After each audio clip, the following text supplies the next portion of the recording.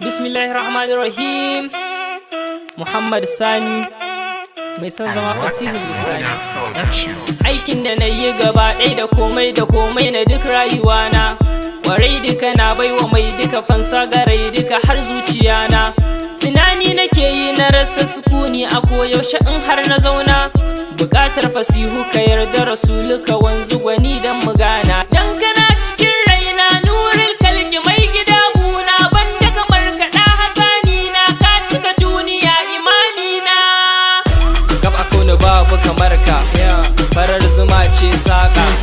Mu zo mu sha falalarka rasulu bance tanka. Sarki mai mulki mafaka mafita masa duki ka kulle duka aike nauyi na ta'ala ka sauke. Kasaba tsarki sai nurul huda kamshi haske sarumul ida haƙuri afuwa haikalin nada kogin baiwa baharin nada.